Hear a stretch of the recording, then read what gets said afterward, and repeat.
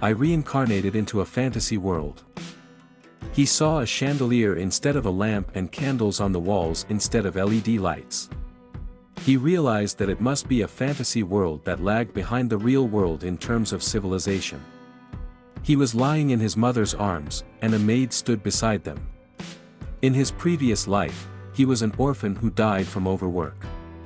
Our protagonist knew, based on the appearance of his enchanting mother, that he was born into a wealthy household. When he looked at his mother, it was clear to him that he would have no problems in his love life in his future life. The years passed quickly, and 3 years later, our protagonist climbed onto a rickety chair and looked out the window into the wide world.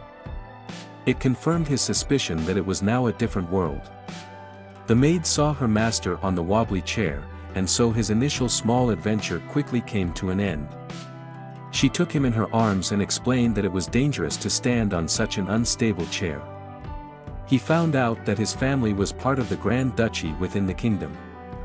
Our protagonist was the son of the Grand Duke of Dragonia in the Kingdom of Lionheart. At the age of 8, he received his first sword and began training his swordsmanship so that one day he could become a knight for his kingdom. He looked excited as he inspected his sword. He wondered if he could also use something like aura or chi. His master was a knight sent from the palace to train him. His name was Holy Knight Sir Gothic. Sir Gothic said that it must be the will of the goddess and that it would be very worthwhile to train our protagonist. He welcomed our protagonist, who bore the name Leon. Leon was excited in his youthful recklessness to be trained by Sir Gothic. Meanwhile, Leon realized that training was not fun, but more akin to torture.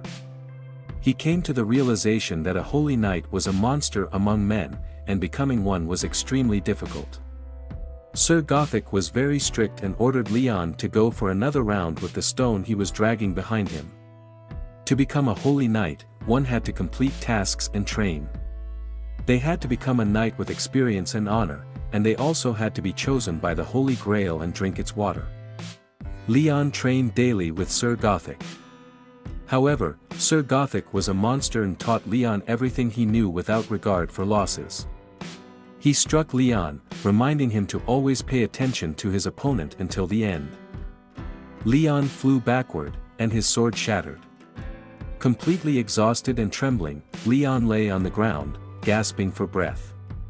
Several more years passed, and Leon was now 16 years old. He traveled through the world in the rain, on a journey to be recognized by the deity and be appointed as a holy knight. Suddenly, he saw smoke rising from the forest. It was a village under attack by orcs, engulfed in flames. Multiple knights tried to defend the village, but the orcs outnumbered them. The knights thought it was the end and began to pray to their deity. Suddenly, an orc turned around, and Leon swiftly cut the orc in half, ending the attack. 20 years later, he finally found the long-sought-after deity. She gave him a task to test him and his fate, and he accepted the challenge. After many years of toil, he became a holy knight. From then on, there was only one task he committed himself to, killing everything that stood in his way. He tore orcs apart, killed goblins, and crushed the evil sect. Over time, Leon became a warlord, slaughtering over 700,000 orcs, including women and children. He harbored a deep hatred for orcs but still managed to smile. By now, he was 35 years old, and the former king had died while battling an archdemon. Orcs had already been giving Leon headaches, and now demons were roaming around, spreading fear and terror. In order to lead a peaceful life in these times, many believed in gods. Leon despised the mages of the kingdom who had summoned the archdemon. The deity chose Leon to become the new king because he had gained her trust and honor. He accepted this honor but did not want to abandon his knights and followers. He received the sacred treasure of the goddess, consumed it, and swore to protect the Holy Grail. That's how the story unfolded. And he became the Grand Duke and King over the Lionheart Kingdom. 80 years later, many things had happened. There were 3 major wars with the orcs. A despicable goblin evolved into an archdemon, and the kingdom faced more terrible situations. A knight informed Leon that the kingdom's school of black magic was conducting further experiments. Leon realized that it was the kingdom's fault when they fell into the northern cult's clutches. Leon gathered his knights, he intended to conquer them. 96 years had passed since Leon's birth. The bastards of the kingdom had finally done it. They were in the midst of performing a ritual. The emperor sacrificed 3 million lives and begged for the fulfillment of his wish not to die. But he died along with 3 million civilians, summoning the Lord of Chaos in the heart of the capital. 121 years after Leon's birth, he set off for the capital. He did his best, but the world was destroyed, despite his hopes for something different. Leon picked up a doll and remembered that he had done everything in his power to vanquish evil with all the holiness that existed on the continent. But he couldn't. Leon was surrounded by fallen warriors and clenched his fist. A knight spoke to him, pulling him out of his thoughts and back into the real world. Leon told the knight that he could be proud of his father, he died with honor and would now feast with the gods. Leon looked at his troops and asked them if they could hear the sound of evil that swept across the land. He boosted the morale of his troops as the forces of evil rushed toward his fortress. He asked his troops once again if they could hear the sounds of those who took their loved ones. He enraged his troops for one last battle. The doll that Leon had picked up now lay at a grave. Leon reminded his troops that as long as they had honor, they could never be defeated. Leon magically summoned his weapon and prepared for battle. The goddess said that she would be by Leon's side until the end. The flag with the Duke's symbol waved in the air. Leon called for honor, for Lionheart, and all the troops charged forward. They fought against millions of demons that plagued the earth. On the battlefield, one could see dragon-like creatures, worms, and millions of other beings. Barbarians who served as slaves were cannon fodder, while civilians equipped with barricades and shields died alongside honorable knights. Only Leon, the chosen one of all the gods in the holy temple, defeated the demons until the end. Leon tore apart thousands of demon lords and archdemons. He showed the demons his holy strength. 256 years after Leon's birth, he finally destroyed the last demon portal, leaving no possibility for the demons to escape. Determined, Leon announced that they were now forever trapped with him in this world. The demons looked fearful as Leon declared his intention to defeat every single one of their kind. Leon wasted no time and immediately set to work. 300 years after Leon's birth, a gigantic demon was defeated unilaterally in a matter of seconds. A group of people stood beside the defeated body, wondering what had happened. The decapitated head of the demon was visible. In disbelief, the people turned their gaze toward Leon, who had a yellow aura surrounding him. They wondered who Leon was. Leon introduced himself as the King of Lionheart and the envoy of the Holy Temple. Naked, Leon now stood among the mortals. The humans were astounded. It had taken Leon 300 years to encounter people from his world again, and in the process, he had defeated countless demons. A black portal opened in the midst of Seoul. Unfortunately, it couldn't be classified. The Korea Hunter Association and the World Hunter Association sent a request to the largest guilds for assistance with this portal.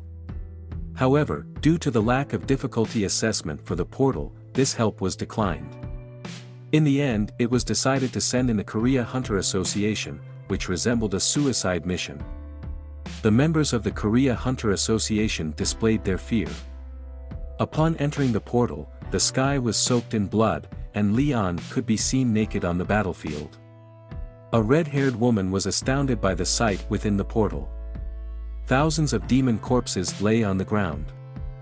The red-haired woman, whose name appeared to be Han Hari, snapped out of her daze. Another man named Kim Jinsoo handed her a coffee. He asked what had happened, and she told him that no one would believe it. He understood and said it was to be expected. The portal was likely a rank black demon portal, possibly even with a greater demon. The fact that they had returned without the help of other guilds was a true miracle, and to clean it up as well was unimaginable, all because they had encountered Leon. Leon was sitting fully dressed at a desk in an interrogation room. They realized that Leon was a survivor from the inside of the portal. There were occasional instances where people managed to survive in a world within the portal. These portals had been appearing randomly around the world for the past 30 years. The theme was always a world on the brink of destruction or a world that had already fallen into chaos. Sometimes, survivors from those worlds managed to make it back to Earth, retaining the incredible strength they had gained in the demon world. That's why the government is doing its best to provide for and recruit these survivors. Hari said they must recruit Leon because he is incredibly strong. Jinsoo agreed with her. Even an A-rank hunter would have to risk their life fighting against a high-ranking demon, but Leon defeated it with just one strike. It was a monster that even S-rank hunters feared. Leon didn't simply kill it, he completely overwhelmed it. Jinsoo, however, was concerned about the cultural circumstances. But Hari was less worried about that, explaining that she could hear it in his voice. Upon Hari's words, Leon screamed, shattering the glass. Glass that could even stop monsters splintered and flew around wildly. Hari and Jinsoo were amazed. Leon became enraged, and a yellow aura surrounded him. Sarcastically, Jinsoo repeated Hari's words, and Hari then repeated Jinsoo's. 15 minutes earlier, a camera recorded the conversation.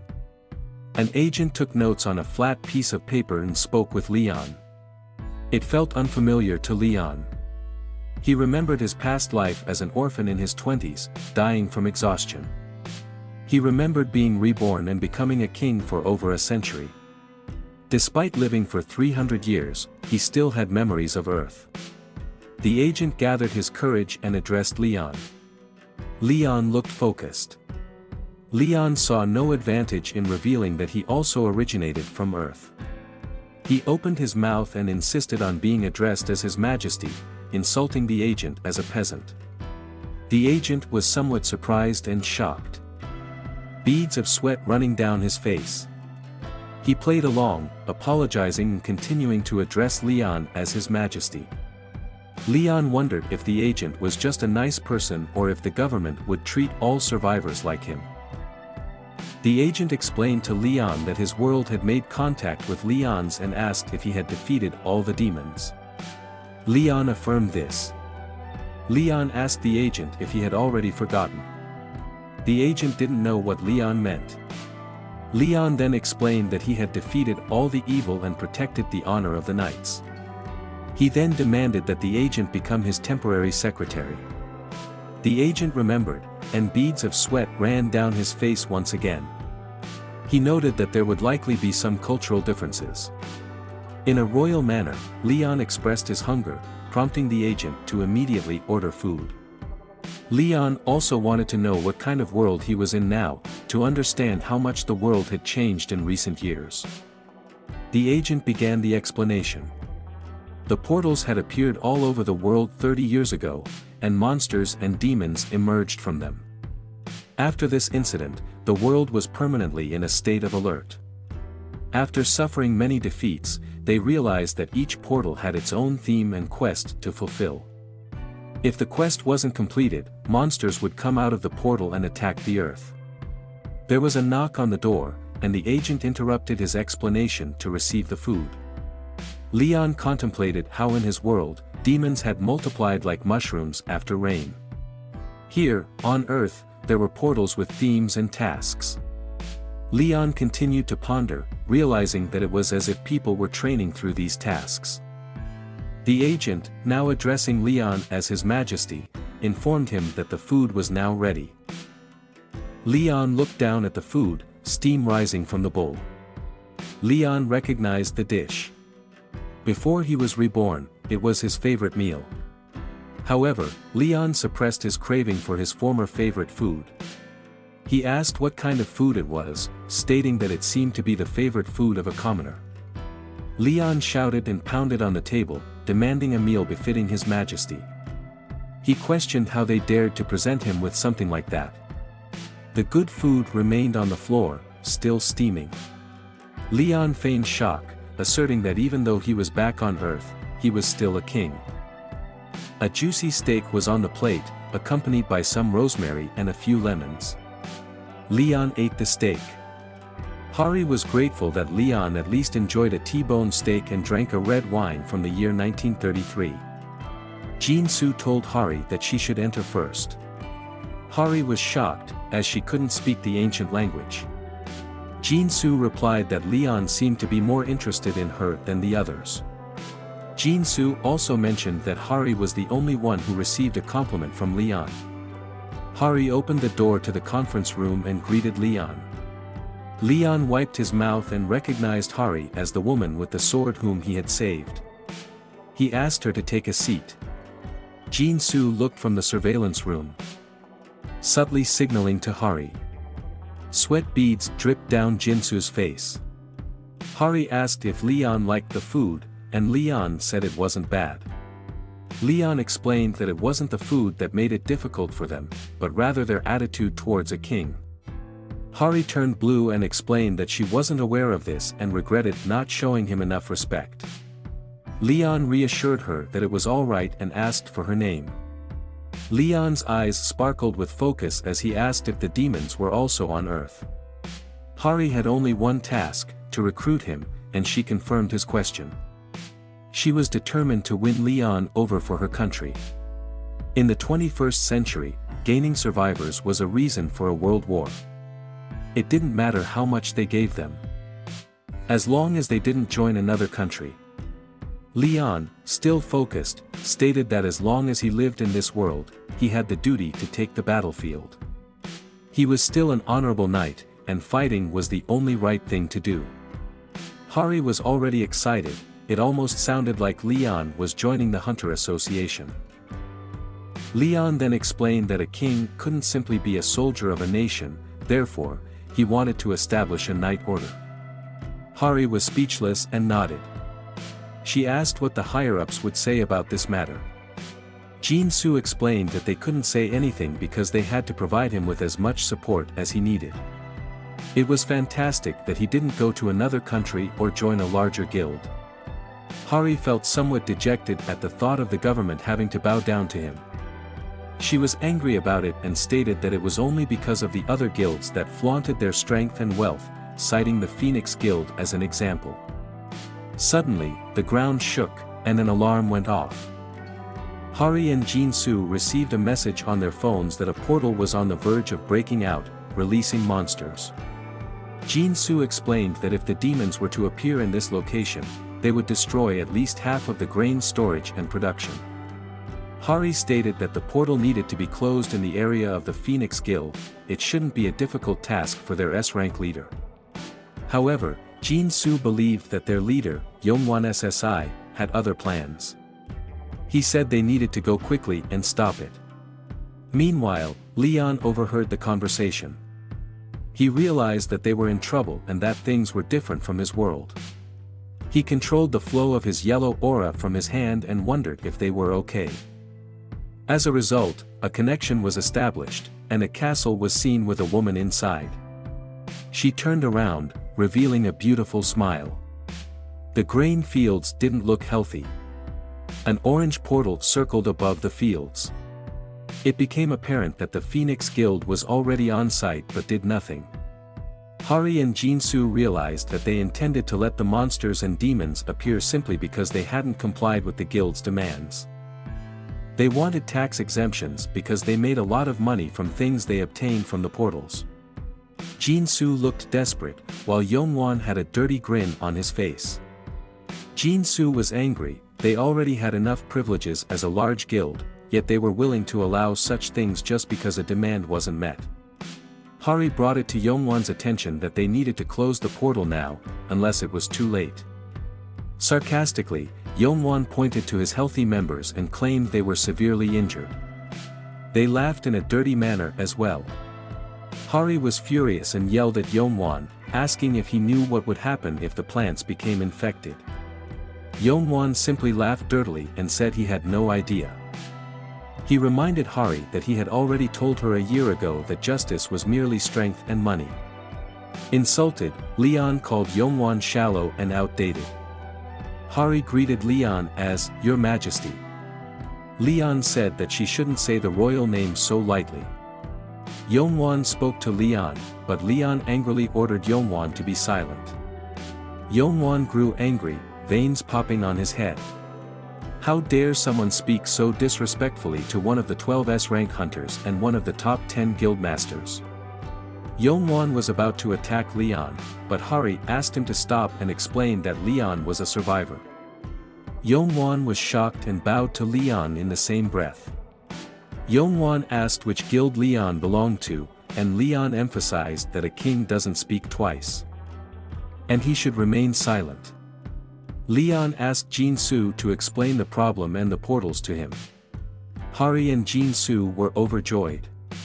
Hari explained that this was a dungeon break, and when it happened, a great demonic energy emerged from the portal and infected the land. Seeds would not grow on such land. Furthermore, they explained to him that this land was crucial for grain production and therefore particularly critical.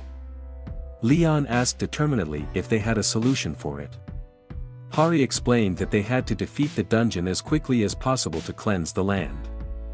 Leon understood. Leon asked Hari to gather her people.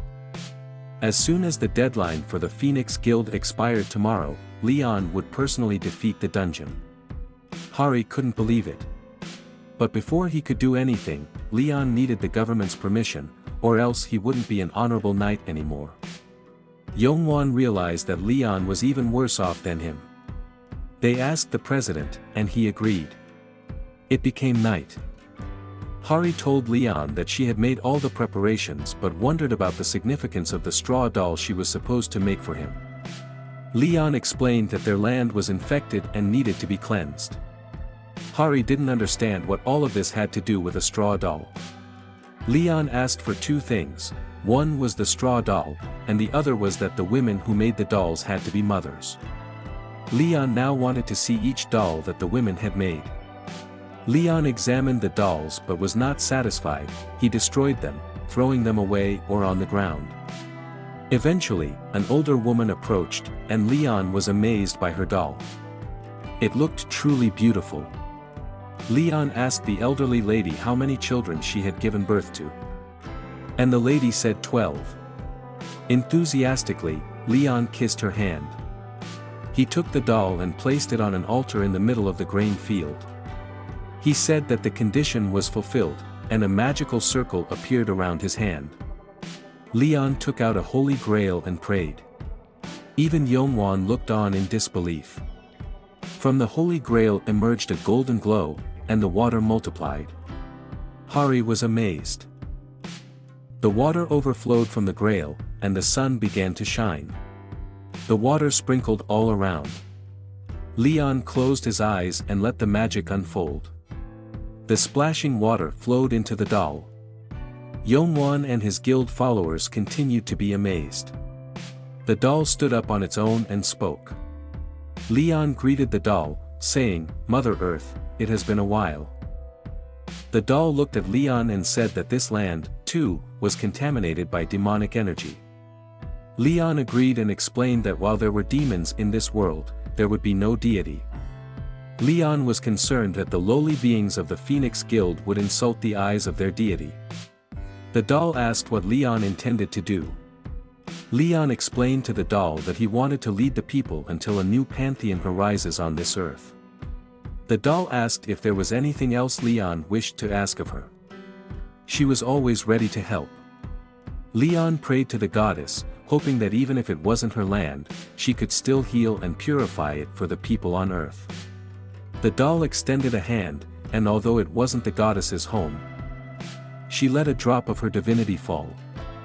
A bright beam of light shone toward the sky, and the initially gray plants began to regain some color.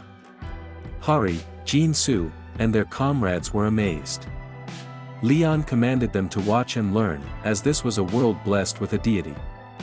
Radiantly golden rice fields stretched as far as the eye could see. Fertility and prosperity were the tasks that living beings had. Hari and Jinsoo looked in disbelief at the golden rice. Leon spoke that fertile soil was an eternal promise. Yongwan, visibly annoyed by the heroic deed, looked angrily and frustrated at the rice fields. He said that they should not be blinded, as plants created with magic were poisoned. Leon replied that these were plants blessed by a deity. And how dare Yongwan call them poisoned? Yongwan was furious at the straw doll. Leon looked at Yongwan with a cold gaze and said that he could only forgive ignorance once and that Yongwan should not insult the deity again with his flippant tongue. Yongwan had to swallow his despair, evident on his face. Yongwan's followers were unaware of this. Yongwan's plan had failed due to Leon's actions. However, Yongwan wasn't willing to let it end like that. He said that they needed to first prove that the rice was not poisoned and hoped that Leon would cooperate. Yongwan provided an expert evaluator.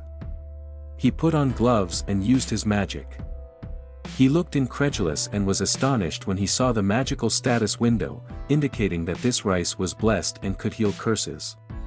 Completely taken aback, the evaluator announced his findings. Hari and Jinsoo were also amazed. Jinsoo asked someone to bring a pot from the chief's house. With a golden rice field in the background, a small pot stood in the middle of the field.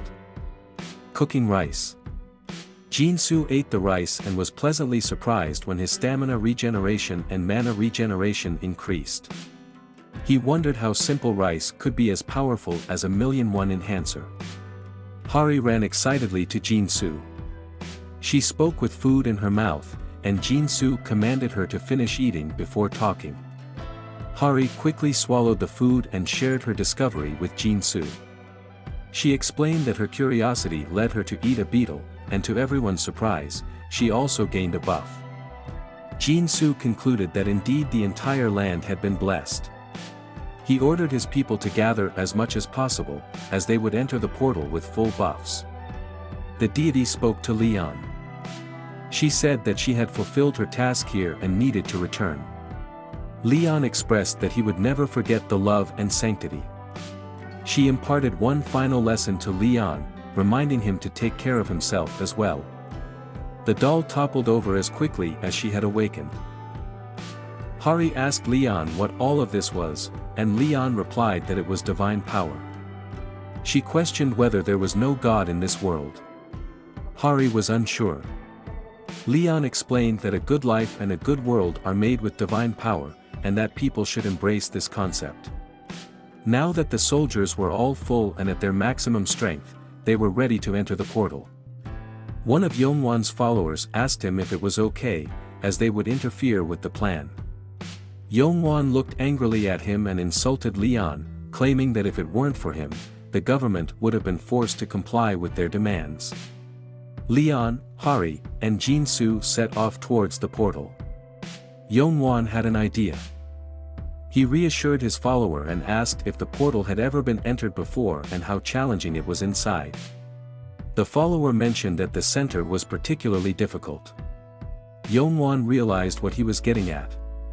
Among the group, only Hari was an A-rank hunter. Yongwan thought that Leon was a supporter and lacked combat experience. Diabolically, he looked forward to our group's defeat, as there was a true monster lurking inside the portal that couldn't be defeated by conventional means. Having entered the portal and arrived in the dungeon, our group proceeded cautiously. Jinsoo led the group with a shield, while Leon stood behind him in the middle, and Hari was slightly ahead of him. Leon understood that most portals would close once the task or boss inside the portal was completed or defeated. He liked the idea of facing a boss. Hari was unable to inform him that it was usually a team battle. Leon noticed skeletons on the ground. They had attempted to defeat the dungeon before but had never succeeded. Hari explained that while the number of monsters would normally decrease, if they were zombies, demons, or skeletons, they would keep reappearing as long as the boss monster remained undefeated. Leon understood that it would be pointless unless they defeated the boss monster. He also realized that they were currently inside such a dungeon. Hari said it was likely a necromancer who controlled the skeletons. Suddenly, a window appeared in front of Hari's face, indicating that it was about to break, and they now had a timer of 3 hours. The boss monster would gather its troops. Everyone was frozen in place, and Jinsoo cursed Yongwan. Hari looked somewhat nervous, while Leon remained unaffected. They saw a hand holding a knight's helmet, its eyes glowing blue. On a rock, a horse reared up on its hind legs, and thousands of skeletons lurked in front of the rock. Another window appeared, informing our group that they had precisely 2 minutes and 58 seconds to defeat the knight on the horse. The skeletons prepared to attack. The morale of our group was low. Jinsoo tried to boost the group's morale and asked for concentration. A woman drew her bow and activated a skill that allowed her to see the number of enemy mages and archers. Jinsoo commanded the group like an expert, ordering the snipers to take out the long-range fighters and the tanks to block the skeletons. Thousands of skeletons approached him and launched their attacks. Jinsoo blocked the initial strikes. The skeletons were stronger than he expected. He retaliated with a counterattack. Although the skeletons were strong, they were no match for a B-rank tank like Jinsoo. He shattered a skeleton and noticed 2 mages casting a spell behind him. He wanted to draw their attention and shouted loudly through the cave. The mages now focused on Jinsoo, and magic flew towards him. The group became worried, but Jinsoo managed to withstand the attack. The Headless Knight now stood before Jinsoo. Jinsoo had a determined look in his eyes as he gazed up at the knight. The knight was surrounded by a blue aura and clad in a black armor. The Black Knight struck at Jinsoo. Jinsoo barely managed to block the attack but was thrown back by its force. He landed amidst a pile of rocks. Hari grew concerned for Jinsoo. They wanted to help Jinsoo but didn't know how to proceed. They didn't have time to wait for reinforcements, they needed help now. Hari approached Leon and asked for assistance.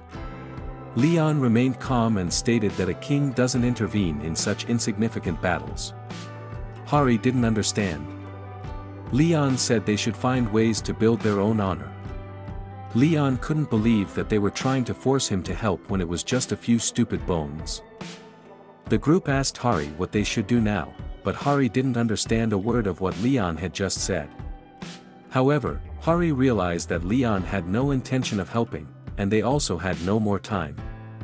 Leon was only interested in the Headless Knight. Hari swung her sword and decided to defeat the boss. Everyone else should focus on taking care of Jinsoo. Hari stormed forward, past the skeletons, straight towards the Headless Knight. She leaped onto the head of a skeleton to jump even higher, reaching the level of the Headless Knight, and struck at him. However, he parried her attack with his great sword. Hari felt a bit disappointed but knew she had to do everything she could to separate him from the group. She looked into the eyes of the knight and realized, to her surprise, that he had discarded his head and was preparing to attack with his fist. She attempted to block, but she too was thrown back by the force of the impact. Hari endured the hit and quickly refocused, only to find the Headless Knight standing before her once again. Finally, she had managed to separate him somewhat. She apologized, but now she could get serious. Her ability had too wide a radius, and she didn't want to endanger her comrades. Suddenly, a massive explosion swept away everything in sight. However, the knight blocked it, and Hari launched another attack, determined to end it. Meanwhile, the knight's helmet flew back into his hand. Hari attacked him once more, but again he blocked the strike and remained unscathed. Hari noticed the stance of the knight. She closed her eyes, but nothing happened. A silence filled the cave, and all that could be heard was the sound of applause and clapping hands. Leon apologized to the Headless Knight for assuming he was just an undead creature. Leon gave the knight the opportunity to challenge him to a duel. Hari wore a surprised expression and knelt in the midst of the battle before the Headless Knight. Leon explained that there didn't need to be any more injuries, he wanted to settle it honorably and nobly between two knights. Hari, Jinsoo, and a skeleton couldn't believe their eyes and wore astonished expressions. The Headless Knight remained silent at first but then accepted the challenge. The skeletons in the cave now took an interest in the showdown between Leon and the Headless Knight. They approached slowly, observing attentively. Leon stood arrogantly before the Headless Knight but spoke with great respect. He summoned his sword and told the Headless Knight to remove his helmet. The Headless Knight remained silent. Leon stated that he was quite certain the knight fought with a two-handed sword, which put him at a disadvantage. Leon enveloped his sword with his yellow aura. Hari approached Leon and informed him that the Headless Knight wouldn't die unless Leon decapitated him. Leon asked if that was important. Hari, frozen in astonishment, replied that it should be important. Yes. She wondered how Leon would win if he couldn't decapitate the Headless Knight. The Headless Knight handed his head to one of his skeletons. Leon explained to Hari that the winner would be determined by the knight's honor. Leon and the Headless Knight assumed their starting positions. Leon spoke his name, but the Headless Knight remained silent. As soon as Leon announced the duel and finished saying his name, the Headless Knight grasped his sword correctly and charged forward, launching a powerful attack. However, Leon effortlessly blocked it. Unimpressed, Leon almost saw through the Headless Knight. He parried his attack, redirected it, and lightly touched the Headless Knight. Leon counted, 1. He readied his sword again, pointing it at the Headless Knight, following the motto, "The second round begins now." The Headless Knight raised his sword, positioned himself once more, and launched another mighty attack. Hari and Jinsoo grew worried. Leon criticized the footwork of the Headless Knight. He brought him down immediately. Jinsoo and the group could hardly believe their eyes and wondered what had just happened. Hari found it unbelievable. Jinsoo asked Hari if she had seen what had just happened, and Hari explained that Leon had altered the trajectory of the Headless Knight's sword the moment their blades made contact, executing a crosscut. No one would ever attempt that. The Headless Knight stood up again, and Leon lightly touched him with the tip of his sword for the second time, counting again, 2. Leon instructed the Headless Knight to return to his position. Leon fought against the Headless Knight for a while. The Headless Knight returned to his position and attacked Leon once more. However, Leon remained in a posture of honor and grandeur towards the Headless Knight the entire time. He accepted every attack from the knight and blocked it. He tossed the Headless Knight's sword aside and lightly touched him for the third time. Leon asked the Headless Knight if he wanted to continue. The Headless Knight, who didn't want to use magic but preferred to fight as a knight against Leon, charged at him once again. He attacked Leon multiple times, but Leon effortlessly parried all the attacks. He didn't even have to exert himself, unlike the Headless Knight. Just before Leon touched him for the 10th time, he flung away the knight's sword. Leon complimented the knight, saying that his swordsmanship was improving and asked if he was starting to regain his memories from his past life. The Headless Knight affirmed this. Leon asked if he wanted to continue, and the Headless Knight expressed his desire to do so. He called his skeleton, which held his head, and lifted it up, reminiscing about the past. He wondered how long he had fought without honor. The Headless Knight said that ending his life in this manner would fill him with joy. He lifted his head and offered it to Leon. Leon expressed his joy that the once Headless Knight had rediscovered his honor. Leon placed his hand on the knight's head and prayed for him. A bright light illuminated the cave. Leon wished that if the knight had a god, that god would let his soul rest and grant him respite. If not, he hoped that a deity would accompany him to the end of the garden. Leon expressed his desire to see the knight again someday at the festival in the halls of the gods. The light grew larger. The Headless Knight's helmet and armor dissolved. Afterwards, our group was back in the rice fields. Hari told Jinsoo that Leon had indeed kept his promise. He resolved the matter through a duel. They pondered what kind of magic Leon had used in the end. Hari remarked that he should have used that ability earlier. Leon, who had overheard the conversation, said that if he had done so, the Headless Knight would have died as a necromancer. Hari greeted Leon, and Leon continued to explain that a knight lives for honor, and that honor stems only from deeds, and deeds only happen when one has the will for them. The Headless Knight received what he deserved in the end. Leon wondered where his loot was. Hari, Jinsoo, and Leon inspected the sword, the cloak, and a purple ball with a violet aura belonging to the Headless Knight. Leon immediately noticed the ball and destroyed it, much to Jinsoo's dismay. As he was about to explain that it was likely worth a fortune. Everyone was astonished and couldn't believe that Leon had destroyed the ball. But Leon stated that items of that kind only bring chaos. This was chapter 1 to 6 of The Night King Who Returned with a God.